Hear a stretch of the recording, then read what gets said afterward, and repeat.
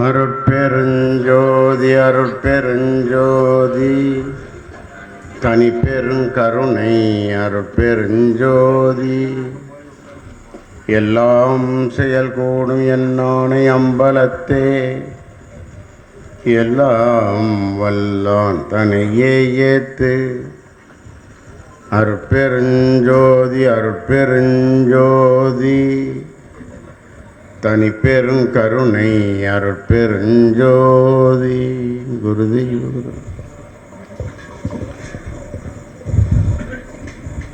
அளவற்ற அருளாளனும் நிகரற்ற அன்புடையவனும் எறும்பு கடை யானை முதல் எண்ணற்ற கோடி ஜீவன்களுக்கு நாதனாகிய எப்பொருளுக்கும் ஒப்புவமை இல்லாத ஏக பரம்பொருளான எல்லாம் வல்ல இறைவனை அகத்தே நினைந்து தொடக்குகின்றேன். மதிப்பிற்கும் மரியாதைக்கும் போற்றுதலுக்கும் அன்புக்கும் பாத்திரமாகிய இன்றைய இந்த நிகழ்வுக்கு தலைமையேற்று நடத்தி கொண்டிருக்கக்கூடிய சாமி ஐயா அவர்களே, வரவேற்பு உரையாற்றி அமர்ந்திருக்கக்கூடிய அன்பு சகோதரர் டாக்டர் மணிவாசகம் ஐயா அவர்களே, எனது நண்பர், நாங்கள் இம்காப்ஸ் என்கின்ற நிறுவனத்தில் ஏறத்தாழ 12 ஆண்டுகள் இயக்குநர்களாக சக இயக்குநர்களாக தொண்டு செய்தவர்கள் டாக்டர் டி சேதுராமன் அவர்கள். நாங்கள் இயக்குனர் குழுவிலே அப்பொழுது 14 பேர் இருந்தோம். அந்த 14 பேரிலே 2 கள்ளக்காதலர்கள். அந்த கள்ளக்காதலர்கள் தான் நாங்கள் 2. தேர்தல் என்று ஒன்று வந்துவிட்டால், நான் ஏற்கனவே பொது தேர்தலிலே நிறைய அனுபவப்பட்டவன்.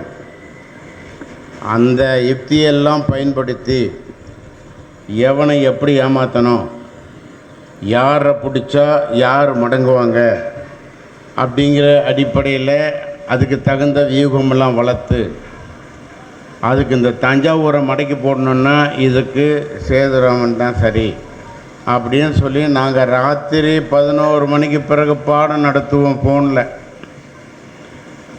நாங்கள் இன்னொரு வருவோம்.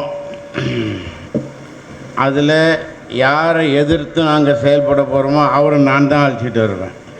அதை இவர்கிட்ட சொல்லிவிடுவோம், நாங்கள் 2 பேரும் வருவோம், மிரண்ட வேண்டாம், நம்ம ஓட்டு வேறு, அவர் வர்றது வேறு அப்படின்னு சொல்லி நாங்கள் அப்போ பார்த்துங்க எப்படிப்பட்ட மாதிரி திட்டங்கள். கூட இருந்து கூலி வெட்டுறது, இதிலெல்லாம் நான் ரொம்ப கைது இருந்தவன். பின்னால் உட்காந்துருக்காங்க அரசியல்வாதிகள்லாம், எப்போ நல்ல வேலைடா நம்ம கூட இருந்தால் நம்மளையும் சேர்ந்து கூலி வெட்டிடுவோம். உண்மையிலேயே அப்படி நான் அரசியலில் இருந்தவன். அதன் பிறகு இம்காப்ஸிலே அதை செயல்படுத்தி காட்டியவன். இப்பொழுது நாங்கள் அதில் இயக்குநர்களாக இல்லாமல் ஆலோசகர்களாக இருக்கிறோம். கோர் கமிட்டி நாங்கள் இப்போ சொல்லக்கூடிய எங்களுடைய திட்டத்தை செயல்படுத்தக்கூடியவர்களை மட்டுமே இயக்குநர்களாக தேர்வு செய்து 16 பேர் எங்களுடைய அணியை சேர்ந்தவர்கள். அந்த 16 பேரில் ஒருவரை கூட தோல்வியுற செய்யாமல் 16 பேரையும் வெற்றி செய்து இன்று எங்கள் நிறுவனம் உலக அளவிலே தலை நிமிர்ந்து இருக்கக்கூடிய அளவுக்கு இருக்கிறது. அதில் கோர் கமிட்டி நாங்கள் ஆலோசனை சொல்லக்கூடியவர்கள். நாங்கள் எங்கு சென்றால் நாங்கள் 2 ஒன்றாக இருப்போம். இது எங்களுக்கு ஒரு பெருமை. முதலில் அதை நான் உங்கள் முன் எடுத்து வைத்துவிட்டு தொடங்க வேண்டும் என்று நினைத்தேன். நாங்கள் சன்மார்க்க நேசன் தொண்டு அறக்கட்டளை என்று ஒரு நிறுவனம் வைத்திருக்கின்றோம். அதனுடைய தலைவராக நான் இருக்கின்றேன். பேராசிரியர் அவர்கள் சோபனா அவர்கள் சத்யபாமா கல்லூரியினுடைய பேராசிரியர் அவர்கள் அதிலே செயலாளராகவும் எனது தங்கை அதில் பொருளாளராகவும் எங்கள் நிறுவனத்தினுடைய சீனியர் மேனேஜராக இருந்த சுயம்புனையினார் அவர்கள் துணைத் தலைவராகவும் இருந்து நாங்கள் அந்த அமைப்பை நடத்தி வருகிறோம். இதை நான் எதற்காக சொல்ல வருகிறேன் என்றால், எந்த ஒரு காரியம் செய்வதாக இருந்தாலும் எங்கள் அமைப்பின் மூலமாகத்தான் செய்வோம், ஆலோசனை செய்து தான் செய்வோம்.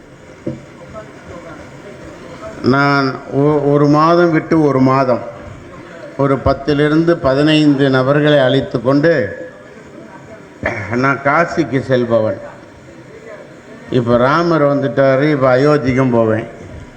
என்ன இவர் சன்மார்க்கிங்கிறாரு, இவர் எல்லோரும் பிரமாதமாக பேசுனாங்க, இங்கே வந்துட்டு இவர் காசிக்கு போவேங்கிறாரு, அது என்ன அயோத்திக்கு போவேங்கிறாரு.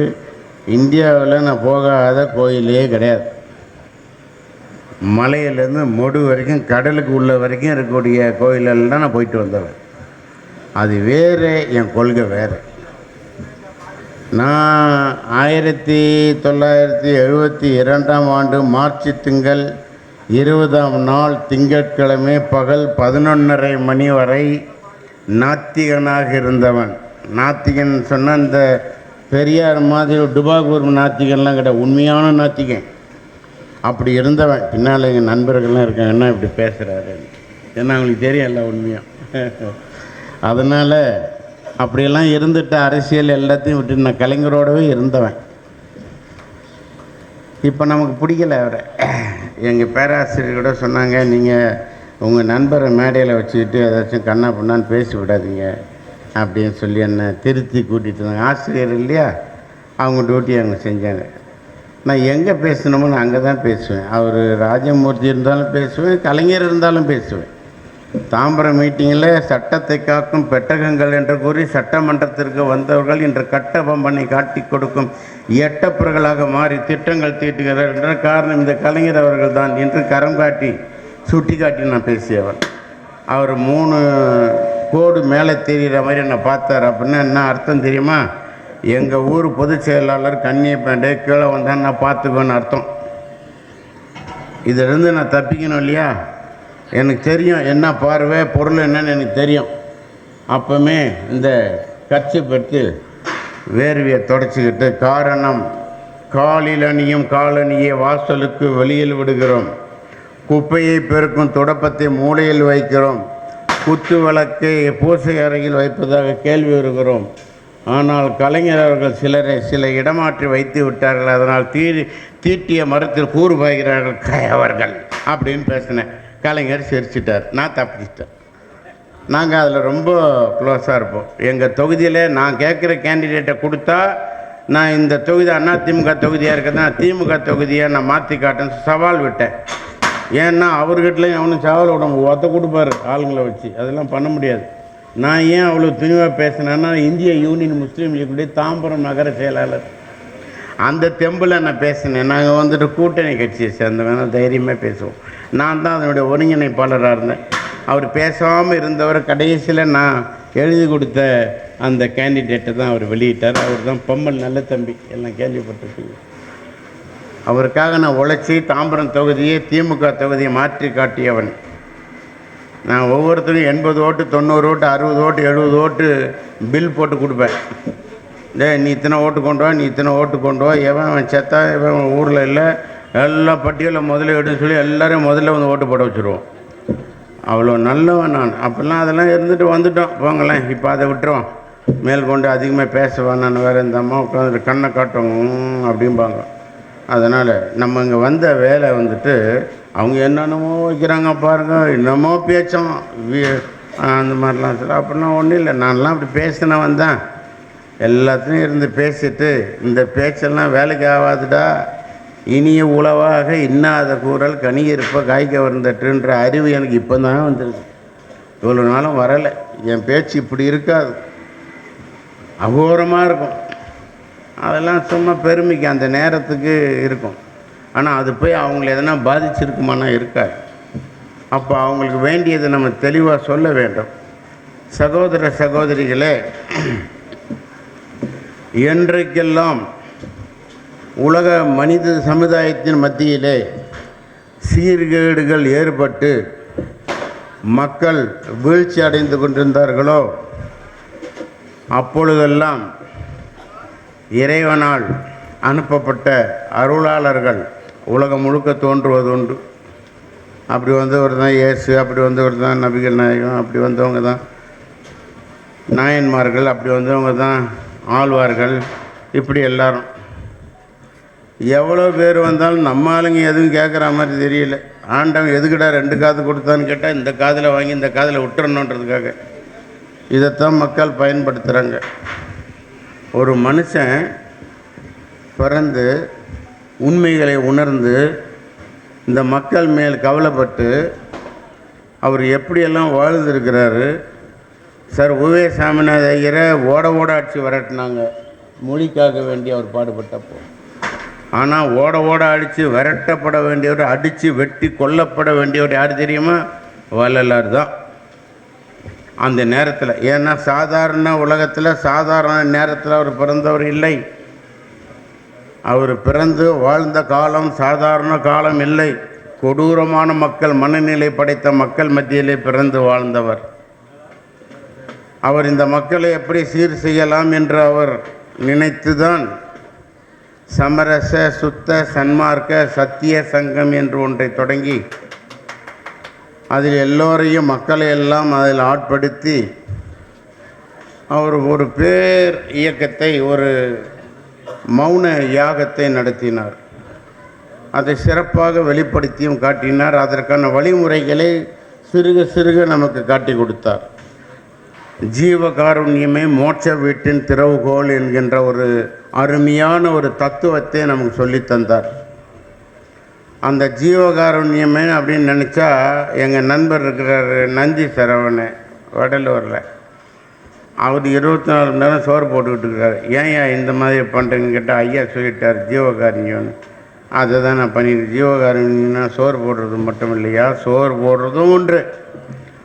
எந்த ஜீவன் எந்த துன்பத்துக்கு ஆளாகிறதோ அந்த துன்பத்திலிருந்து அந்த ஜீவனை காப்பதற்காக நீ என்ன முயற்சி செய்கிறாயோ அதற்கு பெயர் ஜீவகாருண்யம். இதைத்தான் ஐயா சொல்லியிருக்காங்க. அதற்காக ஐயா பாடுபட்டது நிறைய. தன் வாழ்நாளை அப்படியே அதற்கு அர்ப்பணித்தார். இப்போ பேசும்போது தலைவராக இல்லை வரவேற்புரையில் உள்ளவரை யாரோ ஒருத்தங்க பேசினாங்க. வள்ளலார் வந்துட்டு திருக்குறள் பாடம் நடத்தினார், வள்ளலார் முதியோர் பாடம் நடத்தினார். முதல்ல திருக்குறளுக்கு பாடம் நடத்தினதே ஐயா தான். முதல்ல கல்வி கற்காமல் இருந்த முதியோர்களுக்கு முதியோர் பாடத்திட்டத்தை ஏற்படுத்தி நடத்தி காட்டியவரும் ஐயா தான். உலகத்திலேயே எங்கேயுமே படித்தவங்க கிடைச்சவங்க எவனும் கிடையாது. உலகத்தில் எவனுமே படித்தவங்க கிடையாது, எல்லாம் பிச்சைக்கார பசங்க. இன்றைக்கி உலகத்தெல்லாம் ஆட்சி செய்தான் இல்லையா.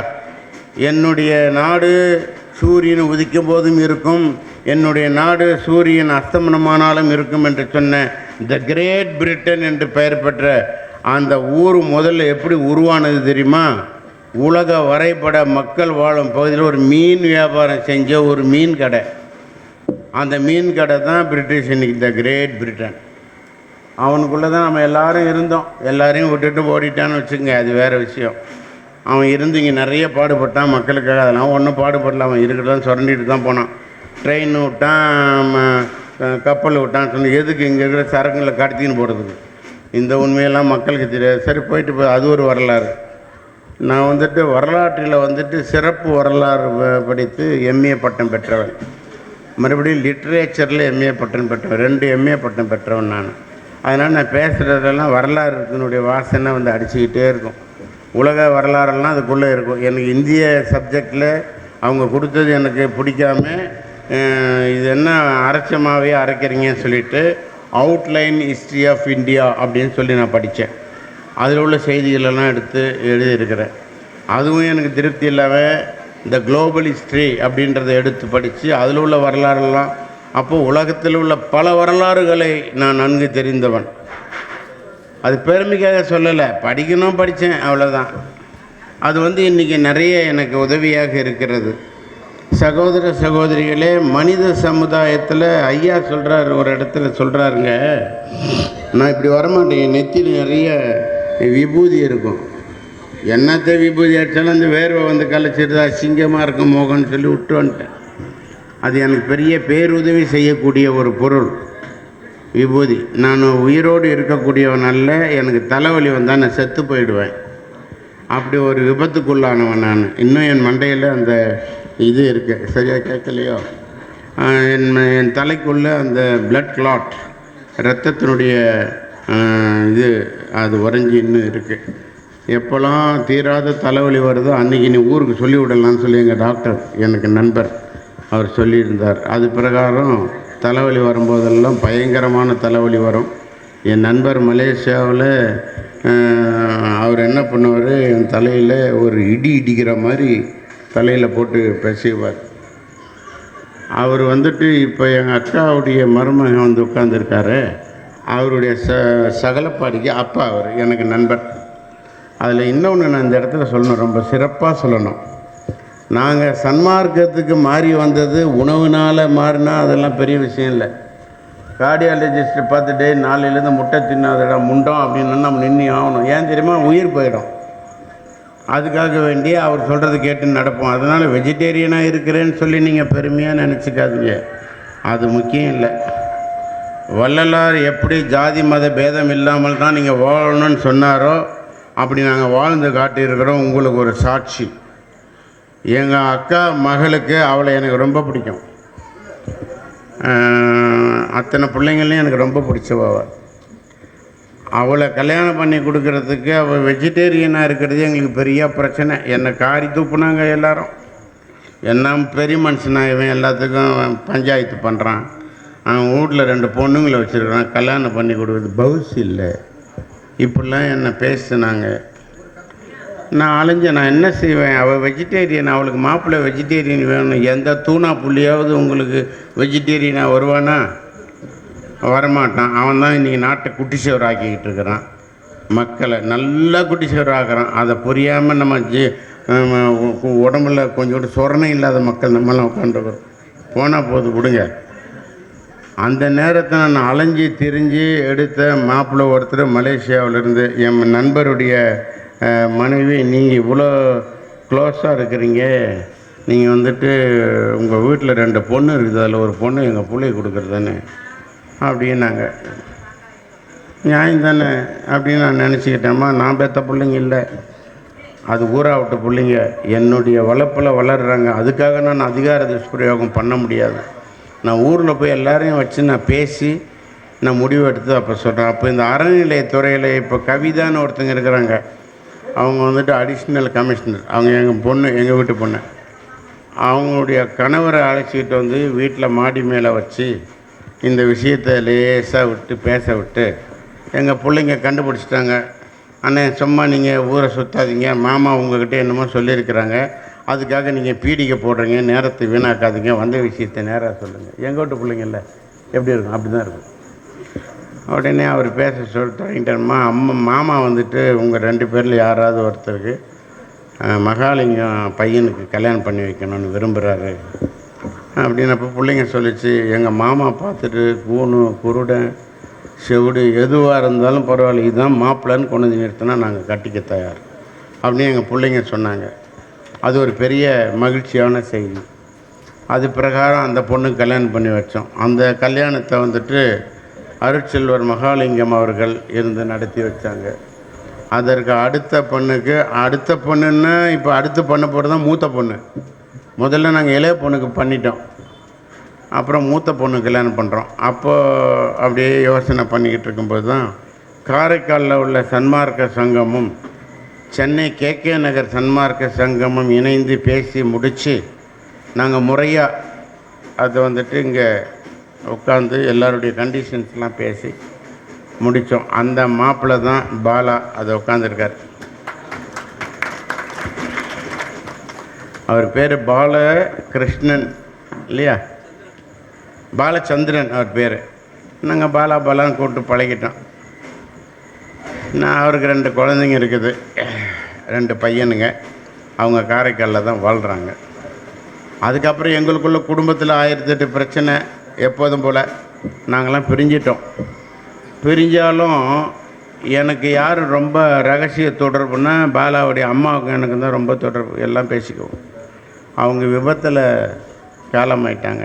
அதுக்கு பிறகு பாலா தான் என்னை வந்துட்டு டோலி வச்சு தூக்கிட்டு போய் இதை ஐயப்பனை காட்டினார். நான் அதுக்கு ஏற்கனவே முன்னாடி நான் போயிட்டு வந்திருக்கேன். ஆனால் எனக்கு ரொம்ப நிம்மதியாக ரொம்ப சுகமாக. அப்போ எனக்கு காலெல்லாம் உடஞ்சி ரொம்ப மோசமான நிலையில் இருந்தேன். அப்போ என்னை தூக்கிட்டு போனாங்க. அவர் தான் எல்லாம் பண்ணார். எங்களுக்குள்ளே இப்போ தொலைபேசி தொடர்பு உண்டு. நான் சத்தியமாக நான் எதிர்பார்க்கல இன்றைக்கி அவர் வருவாருன்ட்டு. எனக்கு ரொம்ப மகிழ்ச்சி அவரை பார்த்ததில்ல. சகோதர சகோதரிகளே, நாங்கள் சன்மார்க்க இதில் தான் நாங்கள் ஜாதி மதம் பேதம் எதுவும் பார்க்காம தான் பொண்ணை கொடுத்தோம். அது டாவ் கல்யாணம் இல்லை, அரேஞ்சர் கல்யாணம். ஆமாம், அப்படி தான் நாங்கள் கல்யாணம் பண்ணி வச்சோம். இப்போ நாங்கள் உலகம் முழுக்க அவங்களே தெரியும். அப்படிப்பட்ட இதிலேருந்து வந்தோம்.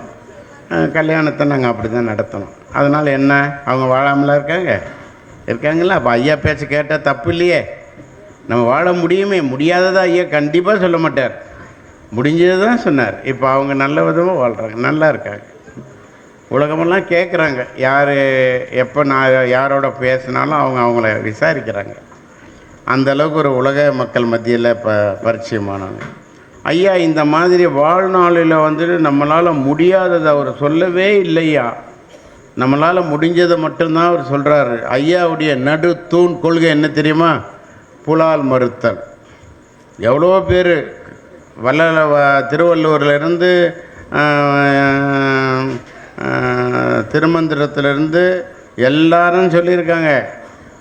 ஆனால் வள்ளலார் அதை தன் கொள்கையாக நடுத்தூணாக எடுத்து வச்சு மக்களுக்கு எடுத்து வச்சார்.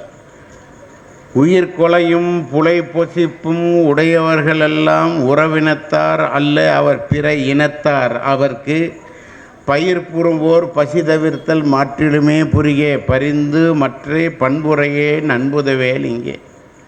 எவ்வளோ அழகாக சொன்னார் பாருங்கள். அவங்களுக்கு உலகத்துக்கு தேவையானதெல்லாம் செய்யுங்க, அவங்களுக்கு ஒதுக்கிடாதீங்க. ஆனால் இந்த பண்பு இருக்க சன்மார்க்க பண்பு, அதை சொல்லி கொடுத்துடாதீங்க. அதை சொன்னீங்கன்னா உங்களுடைய நட்பே போயிடும் அப்படின்னு சொல்லி நமக்கு எச்சரிக்கை பண்ணியிருக்கார். அதனால் எல்லாரும் நம்ம யாரை நீங்கள் குற்றம் சொல்ல போகிறீங்க? யாரை குற்றம் சொல்ல போகிறீங்க? இதை சொல்லி கொடுத்தவொன்னு தானே நீங்கள் சொல்லணும். அந்த காலத்தில் எவன் முதல்ல மாமிசத்தை உலக மக்கள் மத்தியில் கொண்டு வந்து பரப்புனானோ அவனை சேரும். எல்லா பாவம் பழி புண்ணாக்கு தெருப்புழுதி எல்லாம் அவனு தான் போய் சேரும். நம்மளாம் அதெல்லாம் பழகிட்டோம், எல்லோரும் வாழ்ந்துட்டாங்க, அதனால் வந்துச்சு. அதனால் இப்போ உள்ளவங்களை குற்றம் சொல்ல முடியாது. ஆனால் அதை வச்சு அரசியலும் ஜாதி வெறியும் நடத்தக்கூடியவர்களை இறைவன் பார்த்துக்கிட்டு தான் இருக்கிறான். அதுக்கு ஒரு உதாரணம் சொல்லட்டுமா? இந்த கேரளாவில் இப்போ தான் போன மாதம் கேரளாவில் ஒரு இமாம், யாராவது இஸ்லாமானவங்க இருந்தால் எனக்கு நல்லாயிருக்கும், சும்மா எல்லாத்துக்கிட்டையும் பேசுறதுட்டு அவங்களுக்கும் தெரியணும். அந்த இமாம் வந்துட்டு 3 நாளைக்கு முன்னாடி பேசினார். நல்லா கேட்டுக்குங்க. என்ன பேசினார் தெரியுங்களா? இந்த பகுதியில் மெஜாரிட்டியாக நாங்கள் இருக்கிறோம், உங்கள் மக்கள் எல்லாம் மரியாதையாக இந்த இடத்தை விட்டு ஓடி போயிடுங்க. எங்களால் அடிபட்டு சாகிறதுக்கு முன்னாலே நீங்களே ஓடி போயிடுங்க. உங்கள் வீட்டெல்லாம் இடித்து தள்ளிடுங்க, கோயிலெல்லாம் இடித்து தள்ளுங்க, நீ யாரும் இங்கே இருக்கக்கூடாது அப்படின்னு சொல்லி மெஜாரிட்டியை வச்சு பேசினார். இமாம் சமாதானமாக இருக்க சொல்ல வேண்டிய இடத்துல உள்ளவர் இப்படி தான் பேசினார். எனக்கு ஏற்கனவே இந்த 3 பேர் கண்டா பிடிக்காது. யாருன்னா இந்த இமாம்கள், பாதிரியார்கள், மதகுருமார்கள், இவங்களை கண்டா எனக்கு பிடிக்காது. இவங்க 3 பேர் தான் உலகத்தை நாசப்படுத்துகிறவங்க.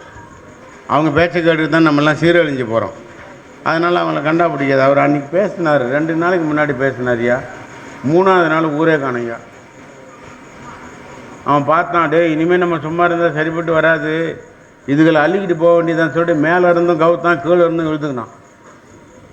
ஒரே ஒரு வீடு மட்டும்தான் இப்போ மிச்சம். அதில் ஒரு இஸ்லாமியருக்கு வந்துட்டு ஒரு பெட்ரோல் பங்கு அவருக்கு சொந்தம். இவங்களெல்லாம் காப்பாற்ற வந்து அங்கே போகிறாங்க மிலிட்ரிக்காரங்க. அவங்களாம் அதை முடிச்சுட்டு இங்கேருந்து ஊருக்கு போகும்போது வண்டிக்கு பெட்ரோல் டீசல் வேணும் ஊற்றியான்னா, டே நீ இந்துக்களுக்கெல்லாம் பாதுகாப்பு கொடுக்க வந்தே, நீ உனக்கு இது கிடையாது, டீசல் கிடையாது, வெளிவா அப்படின்னு சொல்லி அடித்து வரட்டினா. அவன் யார்? அவன் மிலிட்ரிக்காரன். அவங்ககிட்ட போய் உன் கதை நடக்குமா? இந்த மெட்ராஸ்லலாம் ரவுடிங்க வேஸ்ட்டை மடித்து கட்டுவான். நல்ல மெட்ராஸ் வாரத்தில் ஒரு நல்ல வார்த்தை அவன் சொல்லி திட்டின்னு இருப்பான். அவனை பலார்னு ஒன்று கொடுத்தீங்கன்னு வச்சிங்களேன், வேஸ்ட்டை இறுக்கிக்கிட்டு இருன்னு வந்து பேசிக்கிற, நீ இப்போ பேச வந்து என்னத்தை பேசுகிறது? அந்த மாதிரி ரவுடி மாதிரி தான் இவன் என்ன பண்ணான், பேசி பார்த்தான். அவன் பார்த்தான், இறங்கி விட்டான்னாலும் எல்லாருக்கும் 6 வண்டி ஃபுல்லாக டீசல் ஏற்றினான். அங்கே இருக்கிற ட்ரம்பெல்லாம் எடுத்தான், எல்லாத்துல டீசலை ஏற்றினான். கதை எடுத்து சாத்தான் பூட்டு போட்டான், அவனை கைது பண்ணால் கொண்டு போய் போலீஸில் கொடுத்துட்டான், ஒழிஞ்சுது போச்சா. இதெல்லாம் யார் செய்கிற வேலை? இறைவன் செய்கிற வேலை. ஒருத்தனை விட்டு தூண்டி விட்டுட்டு மிலிட்ரிக்காரங்களை வர வச்சு அவங்க கதையெல்லாம் கந்தலாக்கி இறைவன் பார்த்துக்கிட்டே இருக்கலாம். இங்கேயும் அதே தான். தூத்துக்குடியில் மட்டும் என்ன நடந்துச்சு? என்னடா இப்படிலாம் பேசுகிறாருன்னு நினைக்காதீங்க. நான் அப்படி தான் பேசுவேன், என்னால் அதெல்லாம் பேசாமல் இருக்க முடியாது. தூத்துக்குடியில் மட்டும் என்ன நடந்துச்சு? அங்கே இருக்கிற ஒரு வீடு கூட இல்லை, எல்லாத்தையும் அடிச்சு, வரலாறே கிடையாது அங்கே தண்ணி அப்படி வந்தது. தாமிரபரணி அடிச்சுன்னு போயிடுச்சு எல்லாத்தையும். அங்கே வாழ்ந்தவங்க எல்லாரும் கிறிஸ்தவர்கள். நான் ஏன் இந்த 2 பேரையும் அப்படி பேசுகிறேன்னு தெரியுமா? இப்படி நான் பேசலாமா நியாயமா? ஒரு சன்மார்க்கி இதெல்லாம் இப்படி சுட்டி காட்டி பேசலாமா? நான் பேசுகிறேன்னா வேறு எவனும் பேச மாட்டேன் ஐயா.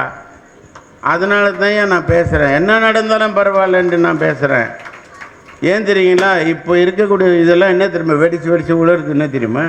இந்த வண்டு போய் உட்காருது, அந்த கூரிய இது இப்போ தாங்காமல் வெடிச்சிருது. அதை விட கேவலமானவங்க நம்ம. இது கூட நம்ம ஐடியா கண்டுபிடிச்சிட்டோம். இது நான் உட்காந்து கவனிச்சுட்டே இருந்து என்ன நடக்குதுன்னு சொல்லிட்டு, ஓ இது வண்டு பண்ணுற வேலை, அதை கூட கண்டுபிடிக்க முடியுது. மனுஷனுக்கு உயிர் போச்சுன்னா யாராவது கண்டுபிடிக்க முடியுமா? பாம்பு மேலே பழி போடுவோமா? ஆக்சிடெண்ட் மேலே பழியை போடுவோமா? பண்ணுறவங்களாம் நம்மால்.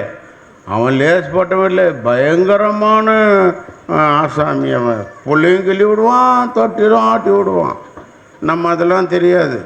அதான் இப்போ வரும்போது கூட இந்த பேராசிரியர்கிட்ட அவங்க வந்துட்டு எங்களுக்கு ஒரு வழக்கு ஒன்று நடந்துக்கிட்டு இருக்குது.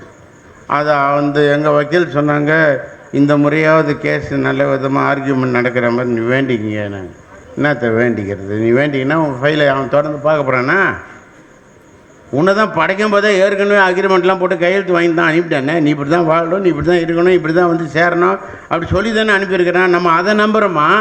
கேட்குறதெல்லாம் கொடுப்பான்றதை நம்புகிறோமா? எதை நம்புகிறான்? நான் முதல்ல சொன்னது தான் உண்மை. அவன் ஏற்கனவே முடிச்சு எல்லாத்தையும் கிளியர் பண்ணி ஃபைலை முடிச்சிட்டான். இன்றைக்கி போய் நீங்கள் வேண்டுனா வந்து கேட்க போகிறேன். இதில் நான் வள்ளலாருக்கு கொண்டு நான் ஆகாதவன். வள்ளலார் எழுதாததை சொல்லாததை இடைச்சர்கள் பண்ணியிருக்காங்கன்ற செய்தி நிறைய பேருக்கு தெரியாது. நான் அந்த உபதேசம்லாம் ஐயா சொல்லலை. நடுவில் உரையில் எழுதின நூல்களில் எழுதி வந்த செய்திகள் தான். ஏன்னா வள்ளலாருக்கு தெரியும், இறைவன் நாடாமல் எதுவும் நடக்காதுன்றது அவருக்கு தெரியும். அப்போ நீங்கள் புதுசாக கேட்டால் அவருக்கு என்ன கொடுக்க போகிறாங்கன்றது தான் அவருக்கு விளங்கும். நம்ம வேறு வழியில் எதுவுமே தெரியாமல் நம்ம திக்கமுக்காடிக்கிட்டு காட்டில் சுற்றிக்கிட்டு இருக்கிறவங்களுக்கு ஏதோ ஒரு கொம்பு கிடைக்குது, துரும்பு கிடைக்குதுன்னு பிடிச்சிக்கிட்டு நம்ம போய்கிட்டு இருக்கிறோம். இங்கே வந்து உட்காந்துருக்கவங்களாம் வேலையாற்றவங்க இல்லை. எவ்வளோ இந்த ஊரில் இவ்வளோ தானே இங்கே நடக்கிற செய்தி மற்றவங்களுக்குலாம் தெரியாதா? ஏன் வரல? அவங்க மேலே தப்பு தானே? இல்லை, அவங்க மேலே தப்பு இல்லை. நம்மால் நாடலை திட்டு பையன் ஒதுக்கிட்டான்.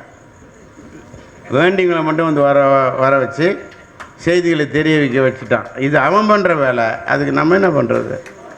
அந்த மாதிரி ஐயா வந்துட்டு இன்றைக்கி இருக்கக்கூடிய நிலைமை என்ன தெரியுங்களா? கொஞ்சம் தொட்டுக்கிறேன். இப்போ இருக்கிற நிலைமை என்ன தெரியுமா? இன்னும் கொஞ்ச நாளில் இந்த இந்துக்களும் முஸ்லீம்களும் அடிச்சுன்னு சாவ போகிறானுங்க அப்படிங்கிறது இப்போ உள்ள நிலவரம். அப்படி இருக்குது. பார்வைக்கும் சூழ்நிலைக்கும் செய்திகளும் அப்படி வருது. ஆனால் நீங்கள் எல்லோரும் நீங்கள் எழுதி வச்சுக்குங்க, இங்கே அடிச்சுக்கிட்டு சாக போகிறவன் ஹிந்துவும் முஸ்லீமும் இல்லை. புரியுதுங்களா? கிறிஸ்தவனும் முஸ்லீமும் தான் அடிச்சுன்னு சாக போகிறான். ஏன் என்ன இவர் புதுசாக ஒன்று விட்றாருன்னு பார்க்குறீங்களா? கிறிஸ்தவன் 1930 பெரியாருக்கு பணம் கொடுத்துட்டான். நீ வந்துட்டு இந்த நாட்டை குட்டிசவராக்கணும், நீ என்ன வேணாலும் பண்ணிக்கொண்டான். அதில் ஆரம்பித்தது தான் நாத்திகம்ன்ற கொள்கை. புரியுதுங்களா? அவங்க வீட்டில் வெள்ளை பிள்ளையார் உண்டு. அவங்க மாமாவுக்கு செத்த பிறகு சனிக்கிழமை செத்தாருன்னு சொல்லி சனி பணம் தனியாக போகாது, துணை தேடும். அவங்க மாமா சனிக்கிழமை செத்தாருன்னு சொல்லி அவருடைய பாடையில் ஒரு கோழியை கட்டி கற்பூரை ஏற்றி கோவிந்தா கோவிந்தான்னு போட்டு தீன்னு போனவர் தான் இவர். யார்? ஈரோட்டு ராமசாமி. பெரியாராவது அது பெரியவனு கேட்டது. அவர் பெரியார். அந்த மாதிரி நம்ம வந்துட்டு ஒரு மாதிரி ஆயிட்டோம். ஒரு வாழ்க்கையில் வாழ்ந்துக்கிட்டு இருக்கும்போது இப்போ நடக்கிறதான் உண்மைன்னு நினைப்போம். வெள்ளைக்காரன் என்ன பண்ணிட்டான்? எல்லாருக்கும் பணம் கொடுத்தான். அண்ணாதுரையிலேருந்து கருணாநிதியிலேருந்து எல்லாருக்கும் பணம் கொடுத்தான். அதில் குட்டி சேவராக போனது தான் இப்போ நம்ம நாடு. ஆதாரத்தோடு நான் பேசுவேன். அவங்க ஆட்கள் இருக்கும்போது பேசினா சரி. இப்போ பேசுகிறது அர்த்தம் இல்லை. புரியுதுங்களா? இப்படி பேசுறதுனால இவன் சரியான பிஜேபிக்காரனாக இருப்பான்னு நினைக்காதீங்க. பிஜேபியும் எனக்கு ஆகாது. திட்டு பசங்க. பிஜேபியும் எனக்கு ஆகாது. எனக்கு பிடிச்சது ஒரே ஒரு ஆள் தான், எங்கள் அண்ணன் யார் தெரியுமா? மோடி. அவர் ஒருத்தர் தான் எனக்கு பிடிக்கும், வேறு யாரையும் பிடிக்காது, எல்லாம் திட்டு பசங்க. இப்போ கொஞ்ச நாளாக எனக்கு அவரை கூட பிடிக்கல. படுபாவி நாசமாக போகிறவனேன்னு திட்டின்னு இருக்கிறேன் டெய்லி. ஏன்னு கேட்டால் கலைஞரை பற்றி ரொம்ப உயர்வாக அன்றைக்கி பேசிட்டார். பாவி, இந்த மாதிரி சூழ்நிலை எனக்கு ஏற்பட்டான்னு மருந்து குடிச்சு செத்துருவிடா பாவி, இப்போ மேடையில் பேசிட்டியே அப்படின்னு சொல்லிட்டு நான் பகிரங்கமாக பேசினேன். அதுக்கெல்லாம் இவங்கெல்லாம் என் மேலே கோவம். எனக்கு ஒரு பெரிய கூட்டமே இருக்குது என்னை எதிர்த்து பேசுகிறதுக்கு. திறக்காது, வாய் திறக்க. பப்ளிக்கில் இருக்கிறாங்க, பப்ளிக்கிட்ட பேசாமல் வேறு யார்கிட்ட பேசுது? அதனால் நான் என்ன பண்ணுவேன், மீறி போனால் என்ன செய்வான்? அவனுக்கு கோபத்தினுடைய உச்சம் என்ன? ஒரு மனுஷனுடைய கோபத்துடைய உச்சம் ஒரு கூட்டம் சேர்ந்துருச்சுன்னா என்ன பண்ணுவாங்க? சாவடிக்க போகிறான். சாவு உங்களுக்கு வந்துட்டு இன்ஸ்டால்மெண்ட்டில் வருமா, ஒரே ஒரு முறை வருமா? அந்த ஒரே ஒரு முறை எதுக்காக வருதுன்னே நமக்கு தெரியாது. நான் பேசிட்டு போகிறேன், எப்படின்னா வரட்டும். இது இன்றைக்கி எடுத்த முடிவு இல்லையா, ரொம்ப காலத்துக்கு முன்பே நான் எடுத்த முடிவு. அடுத்த வினாடி நான் சாக தயார். நீங்கள் எப்படி போக தானே போகிறீங்க? என்னடா சன்மார்க்கத்தில் வந்துட்டு சாக போகிறேன்றாரு. எல்லாம் கூச்சி வச்சுன்னு உட்காந்துக்கிறோம். எல்லாம் நம்ம பேசிக்கிறது தான். யாரும் அவர் பாதையை சரியாக கடைப்பிடிக்கலை. அதனால தான் நம்ம அவர் அடைந்தது நம்ம அடையலை. அவர் என்ன சொன்னார்? அருட்பெருஞ்சோதி ஆண்டவரோடு 2.5 கலக்கும் தருணம் வந்தது. நான் எப்பொழுதும் போல் உள்ளே செல்பவன் வெளியில் வருவேன் என்று இருமாந்து இருக்காதீர்கள். இதுதான் ஐயா சொன்னார். எதனா பிரச்சனை வந்துச்சுன்னா இறைவன் திருவுள்ளம் கூட்டி கொண்டு போயிட்டார். அவர் எல்லோரும் பிரச்சனை பண்ணி போலீஸ் கம்ப்ளைண்ட்டு, கலெக்டரு எல்லாம் இதெல்லாம் நல்லா தெரிஞ்சுக்கங்க.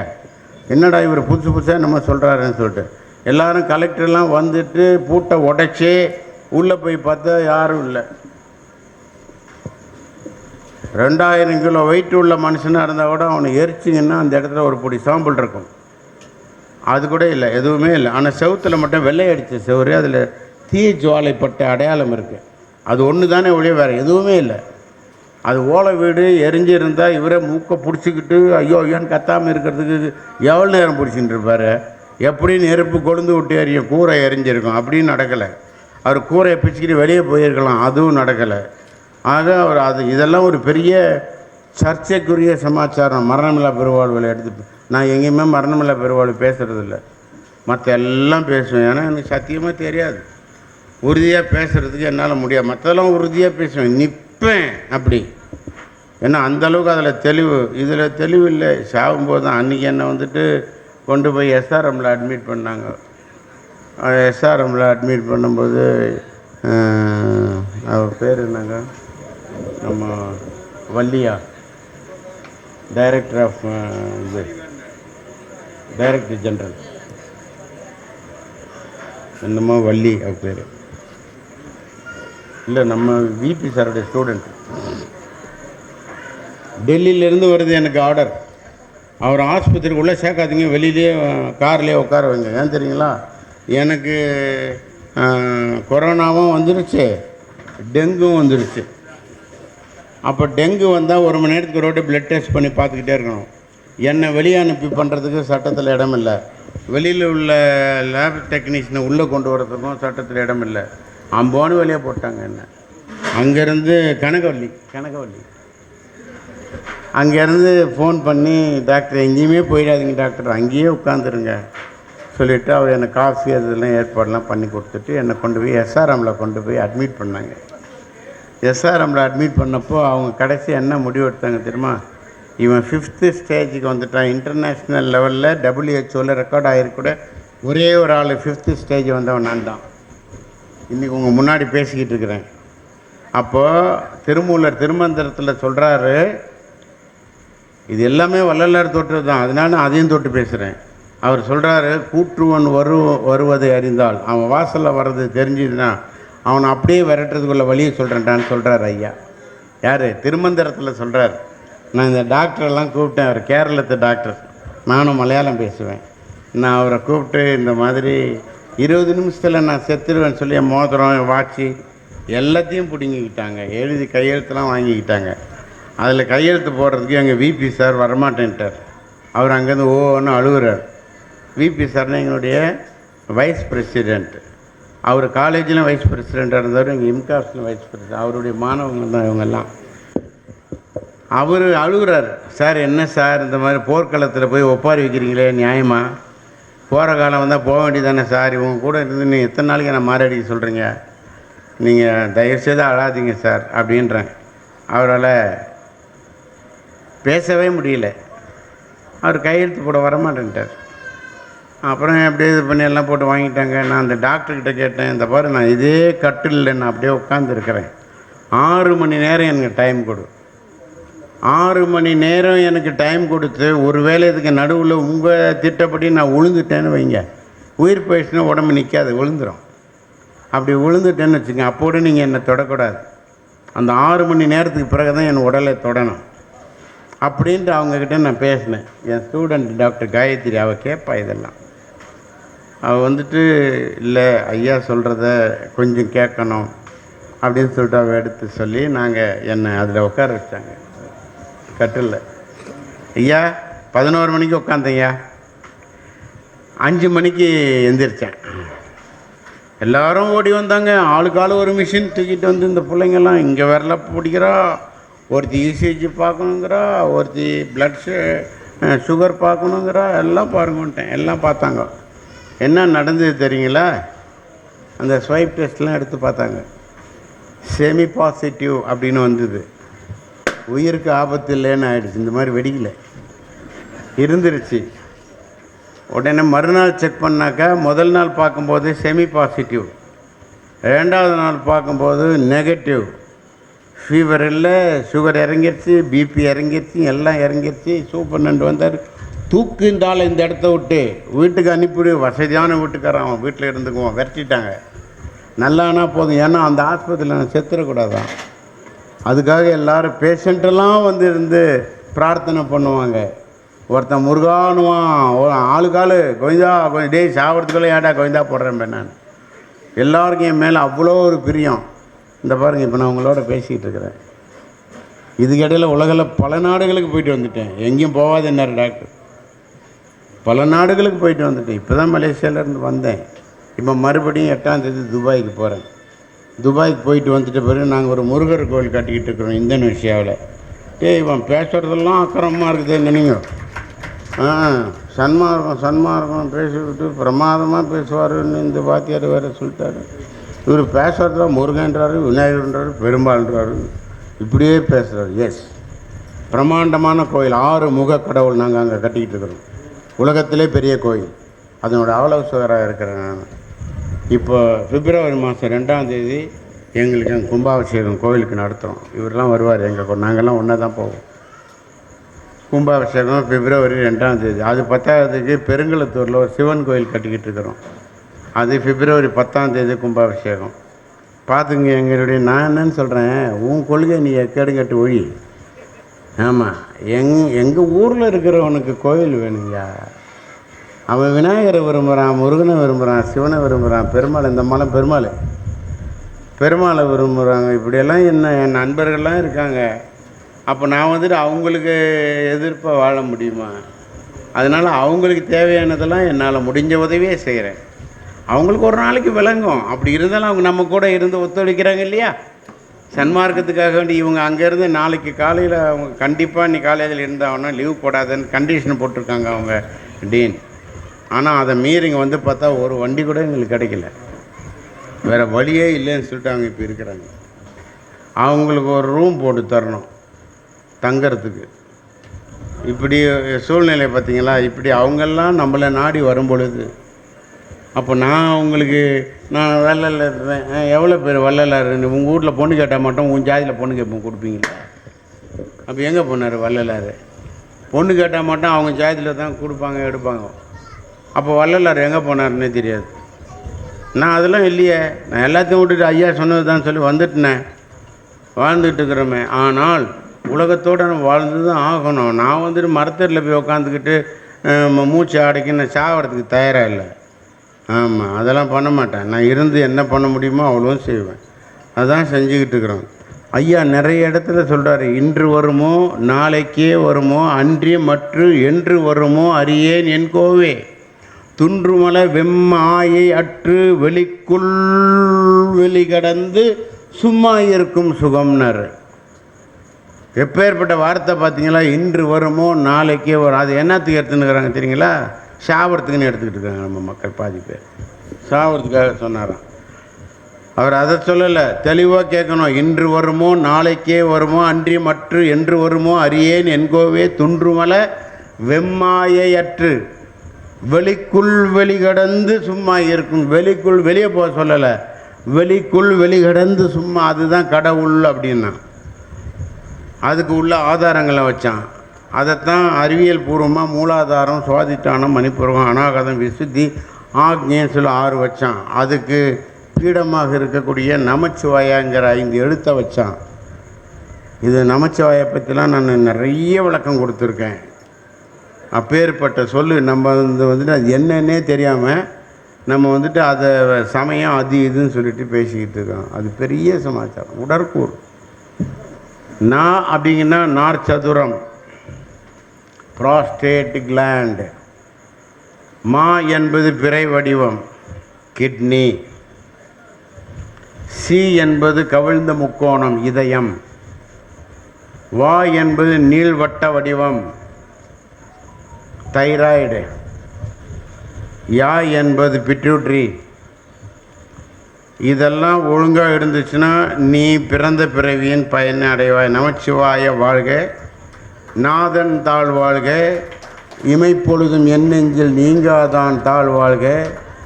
கோ களி ஆண்ட குரு மணி தன் தாழ் வாழ்க. குரு மனிதன் வல்ல, 2 சுழி நீ கிடையாது, 3 சுழி நீ. குரு மணி தன் தாழ் வாழ்க. ஆகமமாகி நின்று அன்னிப்பான் தாழ் வாழ்க. ஏகன் அநேகன் இறைவன் அடி வாழ்க. யார் பாடினது? மணிவாசக பெருமான் பாடிய முதல் பாடல். அதில் ஒரு சிக்கல் ஏற்படுத்தி வச்சுருக்கிறார். நம்ம ஆளுங்க லேசு போட்டவனுங்க இல்லை. நீ தான் ஏகன்னு சொல்லிட்டல்ல, அப்புறம் பக்கத்துலேயே என்ன ஒரு கான்ட்ராவர்ஸ், அநேகன். நீ சொல்கிற மாதிரி ஒருத்தன் ஏற்றுக்க சொல்கிறியா? நீ சொல்கிற மாதிரி ஊரெல்லாம் இருக்கிறவனெல்லாம் வணங்க சொல்கிறியா? என்ன மாதிரி பித்துக்குள்ளி கேட்பேன்னா கேட்க மாட்டேனா? கேட்குறேன், சொல்லு. அதுக்கு என்ன விளக்கம்னு சொன்னால், ஏகன் என்றால் ஒருவன் என்பது பொருள்.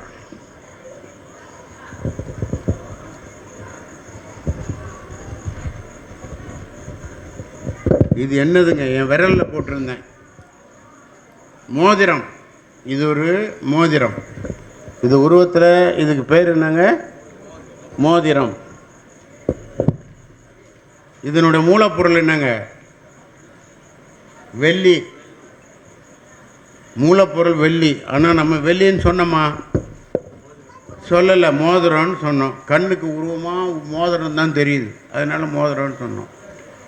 நீங்கள் இதை துண்டு துண்டாக போடுங்க, அத்தனை துண்டும் சேர்ந்து என்னது? வெள்ளி. இதனுடைய மூலப்பொருள். எப்படி ஒரு மூலப்பொருளாக இருந்தது உருவகப்படுத்தப்பட்டு விட்ட பிறகு அதுக்கு மோதிரம் என்று பெயர் வந்ததோ, அதுபோல் தான் இந்த மூலப்பொருளை துண்டு துண்டாக அநேகமாக மாற்றி வச்சாலும் அதுவும் வெள்ளி தான். புரியுதுங்களா? ஏகன் அநேகன் நம்மளை எதுனா பண்ணார் அவரு? இல்லை. நீ ஏகனை பார்த்து கொண்டிருக்கிற, அதனுள்ளே இருக்கும் அநேகனை தோழப்பார். அதுதான் ஐயா சொன்னாருன்னு, அருட்பெருஞ்சோதி ஆண்டவரோடு 2 கலக்கும் 2 அற கலக்கும் தருணம் வந்தது. இறைவன் வேறு நம்ம வேறுங்கிற சூழ்நிலையில் இருந்து வெளியே வந்து இறைவனும் நாமும் ஒன்று என்கின்ற நிலை வருவதை அடைவதற்காக பிறந்தவன் தான் மனிதன். திருமந்திரத்தில் சொல்கிறாரு, உடம்பார் அழியில் உயிரார் அழிவர், திடம்பட மெய்ஞானம் சேரவும் மாட்டார், உடம்பை வளர்க்கும் உபாயம் அறிந்தே உடம்பை வளர்த்தேன் உயிர் வளர்த்தேனேங்கிறார். திடம்பட மெய்ஞானம், உறுதி வாய்ந்த மெய்ஞானத்தை அடைவதற்காக நாம் இந்த மனித பிறவை எடுத்திருக்கின்றோம். அதற்கு வழிகாட்ட வந்தவர்கள் தான் அருளாளர்கள் எல்லாம் வந்து என்னென்னமோ பண்ணிவிட்டு விட்டா போதும்டான்னு ஓடிவிட்டானுங்க. எல்லாரும் ஓடிவிட்டான். ஆனால் நம்மளுக்கு அப்படி போகிறதுக்கு மனசு வரல. விட்ட வேலையை செய்யணும். அகத்தே கருத்து புறத்து வெளுத்திருந்த உலகர் அனைவரையும் சகத்தே திருத்தி சன்மார்க்க சங்கத்து அடைவித்திட அவரும் இகத்தே பரத்தை பெற்று மகிழ்ந்திடுதற்கென்றே என இந்த யுகத்தே இறைவன் வருவிக்க உற்றேன் அருளை பெற்றேனேங்கிறார் ஐயா. எவ்வளோ அருமையான ஒரு வார்த்தை தெரியுங்களா ஐயா. உங்களில் இங்கே இருக்கிறவங்களில் அரசு ஊழியராக இருப்பவர்கள் அல்லது அரசு ஊழியராக இருந்து ஓய்வு பெற்றவர்கள் எவ்வளோ பேர் இருக்குங்க? இருக்கிறாங்க, மாடியில் இருக்கிறாங்க ஐயோ. உண்மை. ஏன் இதை கேட்டேன் தெரியுங்களா? உங்களுக்குன்னு ஒரு பேரண்ட் டிபார்ட்மெண்ட் ஒன்று இருக்கும் இல்லையா? அந்த பேரண்ட் டிபார்ட்மெண்ட்லேருந்து தற்காலிகமாக வேறு ஒரு டிபார்ட்மெண்ட்டுக்கு உங்களை மாற்றினாங்கன்னா அதுக்கு பேர் என்ன? டெபுடேஷன். கேட்டிங்களா? உள்ளே வந்து போய் கேட்டீங்க. டெபுடேஷன். ஆமாம், தற்காலிகமாக பணியமர்த்தம் செய்து அதற்கென்று தனி அலவன்ஸ் உண்டு. சம்பளத்தில் கை வைக்கிறது இல்லை. டெபுடேஷன், வருவிக்க உற்றவர். இவருடைய டிபார்ட்மெண்ட் வேற ஏதோ அதான்.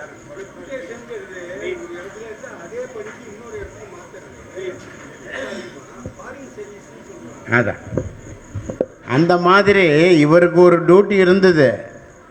அவரை இந்த மக்கள்கிட்ட கொண்டு வந்து சரிப்படுத்துறதுக்காக வேண்டி அவரை சன்மார்க்கத்து வேலையை கொஞ்சம் பார்த்துட்டு வாடான்னு அனுப்பியிருக்கான் இறைவன். அதனால் என்னை வருவிக்க உற்றான் என்று சொன்னார். ஏன் தெரியுங்களா? இந்த இடத்துல கொஞ்சம் மாற்றி சொல்லணுன்ற அவசியம் ஏற்பட்டுச்சு. திருமூலர் பாடியிருக்காரு, தான் பிறந்தது ஏன் என்பதை அவர் சொல்லியிருக்கிறார். பின்னை நின்று என்னே பிறவி பெறுவது, முன்னை நன்றாக முயல் தவம் செய்கிலர், என்னை நன்றாக இறைவன் படைத்தனன். நல்லா கவனிங்க. என்னை நன்றாக இறைவன் படைத்தனன், தன்னை நன்றாக தமிழ் செய்யுமாறு. தமிழ் படுத்துவதற்காக, இறைவனை தமிழ் படுத்துவதற்காக இறைவன் திருமூலரை படைத்தானாம். என்னை நன்றாக இறைவன் படைத்தனன். இவர் என்ன சொல்கிறாரு? இறைவன் வருவிக்க உற்றேன் அருளை பெற்றேன் என்றார். நான் வேறு ஒரு இடத்துல வேலை பார்த்துக்கிட்டு இருந்தேன். என்னை பிடிச்சி அதே வேலையை வேறு மாதிரி பண்ணுறான்னு சொல்லி என்னை அனுப்பிட்டான். எவ்வளோ பெரிய விளக்கம் பார்த்தீங்களா?